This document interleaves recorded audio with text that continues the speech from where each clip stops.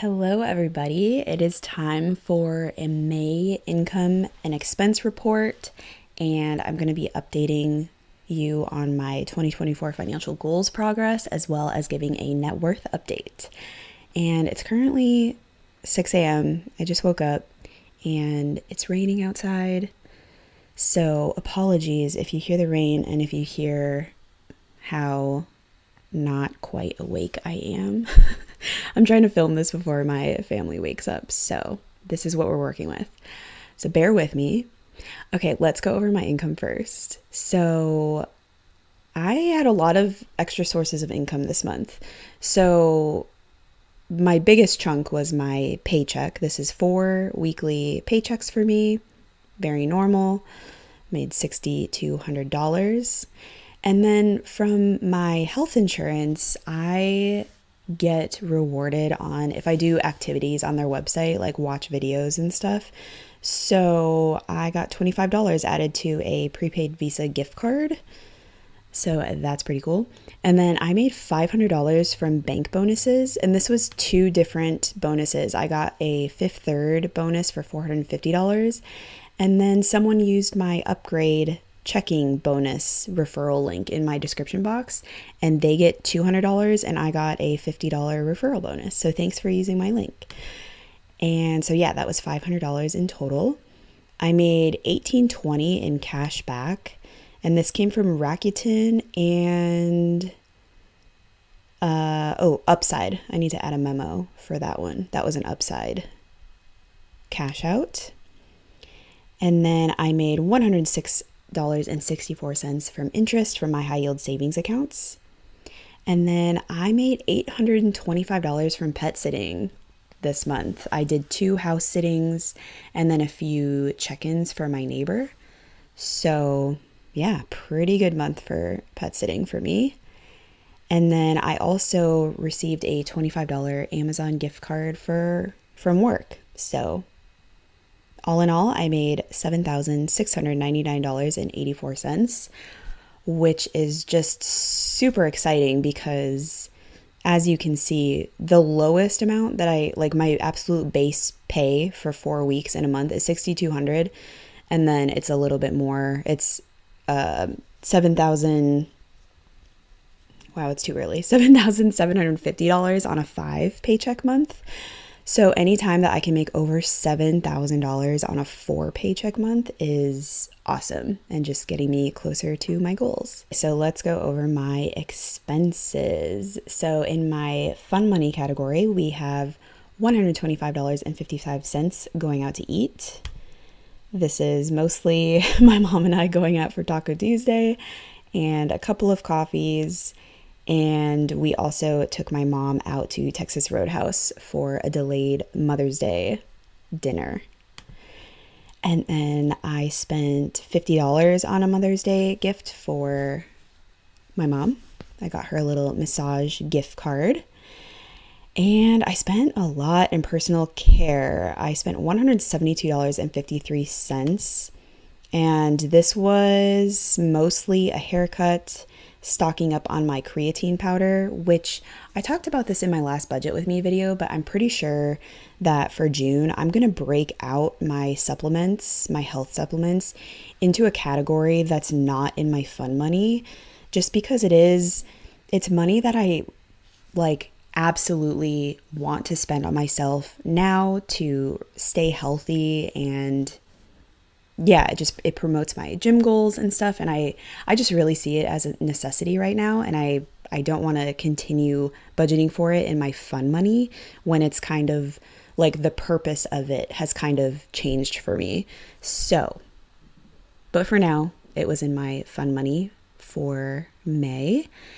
And yes, haircut. And then my water flosser broke, so I had to get a new one. And then just makeup. I don't buy too much makeup, but this was an eyebrow pen. And then stuff and things. I switched out. I have my nose pierced, so I switched out my stud for a hoop, and that was a total of $22.28 after tip. So all in all, I spent $370.36 on my fun for the month. So now we will go to my essentials. So I made a $25 donation. I do a $25 donation every month. And this month it was to Second Harvest Food Bank in my local area. And then I spent $112.37 on groceries. And for anyone new here, I live with my parents. So they are so gracious enough to let me eat a lot of the food that they have in their pantry and stuff. And then also one of our deals is that they get meal kit boxes, and if I cook them for them so they don't have to worry about dinner, then I get to eat for free. So I'm very privileged to be in my position and have such kind parents to let me stay for free and also eat some of their food. But I am planning on moving out later this summer. So this grocery category will definitely be going up, but that is how I can get away with spending $112.37 on groceries for now. And then I spent $15 on my gym membership. My health insurance came out. And then I spent $13.16 on household. Oh yeah, saline spray for my new nose hoop. I wanted to make sure it didn't get infected or anything. And then my second to last medical bill came out. I'm paying off my sinus surgery from last June. So this coming payment in June will be my very last payment, and I will officially be surgery debt free. My phone bill, and then I paid $200 to go to the tax guy at the beginning of the month to talk about how I can transition from my SEP IRA to a solo 401k. So that was $200, but that $200 gets me, like, I can ask him tax questions now until the end of the year. So that's cool. And then I might possibly use him to do my taxes when I do open my solo 401k, and like just to make sure that I'm really maximizing my business expenses and my deductions and everything. I might use him this year and then do it myself once I can kind of see like how he does it. And I paid for my storage unit that I share with my mom. That's where like 90% of my belongings are while I live with my parents. $30.54 on subscriptions and $140 on my therapy appointment. So I spent $1,290.96 on my necessities. These are what I categorize as my essential living expenses. And then on my car, I spent $44 on gas. And then I also spent $129.31 on maintenance. That was for an oil change and tire rotation. So all in all, on my car, I spent $173.31. And so my net income, oh wait, did I include, oh, well, I didn't put anything towards retirement anyway, so that's fine. But yeah, all in all, my net income was $5,865.21 because I did not transfer anything towards my investment accounts, which I will touch on in the next section. So let's go and see my 2024 financial goals update. Okay, so let's go over my 2024 financial goals. So these first two goals are related to income. I wanted to make $5,000 in extra income this year, aside from my main full-time job. So this month, I already went over what these income sources were exactly on the previous section. So that total came out to $1,499.84 from extra income, which puts me 87.79% done with this goal. I have made $4,389.43 this year, which is awesome. So possibly in June, I may be done with this goal, and yeah, that would be really cool if I could make closer to like $10,000 in extra income this year. I probably won't increase this goal, but I will still continue to track it on a month-to-month basis. But yeah, and then my second goal was to make $85,000 in gross income. So this includes my work paychecks as well as the extra income. So with my 4 paychecks and my extra income, I made $7,699.84. So I have made a total of $37,339.43, which puts me at 43.93% complete towards this $85,000 goal. So I am definitely right on track with my goal. And then my next goal is to invest. So I changed this. My original goal at the beginning of this year was to invest $30,000. And I am seeing that I am on track to very easily invest $40,000. So I went ahead and changed this goal. However, for the month of May, I did not invest a single dollar. And that is because I have explained this in so many of my past videos, but I'm trying to transition my SEP IRA to a solo 401k, and my SEP IRA, I have to transfer it to a different SEP IRA, and then I can work on opening my solo 401k. So right now my SEP IRA is just finishing up transferring. I'm pretty sure I would be fine to open a solo 401k now, but I just want to make sure everything looks good with my SEP IRA first, and make sure all the residual like cash and stuff is transferred out. And yes, so for the month of June, guys, I'm manifesting my solo 401k. It's coming. And then I will be able to invest all of the money that I saved up in April and May and finally get that into the market. But for now, I have invested $17,550, which puts me 43.88% of the way there. But again, I'm at like 60 something percent towards this goal because I have the money saved for investing, but I just haven't physically put it in an account yet. So yes. So then my next goal is to have $100,000 total invested in my brokerage accounts and my retirement accounts. And this does not include crypto because I want this number to reflect what I can count on towards retirement. And for me personally, crypto is just so volatile from even day to day, and also just there are so many unknowns that I don't want to count it towards my retirement. I just want to count it as extra towards my net worth. So you'll see the crypto on the next section, but this is just my regular stocks and ETF accounts.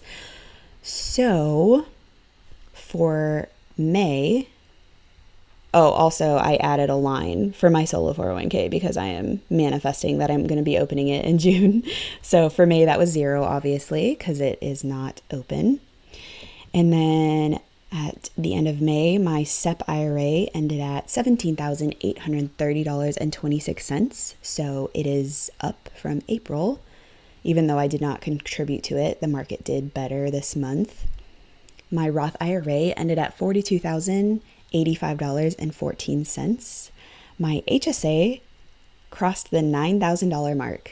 It got up to $9,020.65, which is super exciting. And then my 2 brokerage accounts, I have one with Public that has a couple of random single stocks, and then my Acorns account. Those both totaled to $22,906.38, which puts me over the $91,000 mark, almost at $92,000 for my investment accounts. So that puts me at, this isn't, I gotta change this. Oh shoot, are all my formulas off? Oops, I still messed it up. Please hold. This should be F. Okay, so I'm 91.84% done with my goal. The market was up 4.56% for me this month, since I did not make any contributions. So all of this was just growth in the market, which is pretty cool. So hopefully, if the market does well or like stays the same in June and I'm able to open my solo 401k and invest into it, I could possibly hit this $100,000 goal in June. If not, then July. So that would be super exciting. Okay. And then down here, I track my different FIRE numbers. So this first number, this is all of my investing accounts. So it's taking this $91,000 and just giving me 4% of that. I'm using the 4% withdrawal rate rule. And this is how much I would be able to withdraw per year today if I retired today. And then these next three numbers are coast-fine numbers. So they are if I did not invest a single dollar more and I just let these accounts grow until ages 67 or 60 or 55, this is how much money theoretically I would be able to withdraw at those ages, even though I have stopped contributing today. So at 67, I would be able to withdraw $34,258.47 a year, which is, that's great. My ultimate goal is to get that to $60,000 a year, which I am well on my way to doing. I started at the beginning of this year at $27,000. So we are making great progress. So in a couple of years, I should be able to hit that $60,000 goal. And then the next one is at 60 years old. So if I retired a little bit earlier, I would be able to withdraw $21,000 a year. And if I retired at 55, I would be able to withdraw $15,000 a year. So my goals will be to get each of these to $60,000. But for now, that the 67 mark, if I could get that to $60,000, that's my first goal. I think that would be so cool and just such a good safety net to have. So yeah, let's go and check on my net worth update. Okay, so for my assets in cash, this is everything in my high yield savings accounts, checking account, literal cash, and a couple of like Visa gift cards. All of that all combined, I had $32,641.61. And yeah, this is just going up so much because I'm not putting money towards my investments right now. It's just accumulating in my savings accounts. So this will be going way down once I can contribute that money. And then we already went over the balances for these accounts, so I'll add those in. And then crypto ended at $16,455.16. So my total assets crossed the $140,000 mark, which is pretty cool. So let's go down to my liabilities. So I have started paying my credit card off in full every month. I had a 0% interest card that I was leveraging just so that I could earn interest on this balance, but now I'm just paying it down. And also because the 0% interest period ends in June, so I'm paying it off every month. So this was the ending balance of my card for May, $746.21. And then I mentioned that I paid my second to last surgery bill. So I have $364.10 left, approximately. This might be off by like a few cents, but that is about what I have left on my bills to pay. And that'll come out in June. And then I will be surgery debt free. And then since I'm a 1099 contractor, I pay quarterly taxes, and I prefer to not count my tax savings towards my net worth. So I just track it down here. So I have $3,260 saved towards my next quarterly tax payment so far. So that puts my liabilities at $4,370.31. So my total net worth is up to $136,000, $136,568.89. So this was an increase of over $11,000. So almost a 9% change, which is pretty cool. And again, a lot of that was the market. So really excited. I am creeping up on that $150,000 mark. I should be able to hit that by fall, I would think, if the market doesn't drop drastically. But yeah, that's it for me today. Thanks for bearing with me and my tired little voice. I hope you guys had a great May. I hope you have a great June. And I will catch you in my next Budget With Me video. All right, thanks for watching. Bye, guys.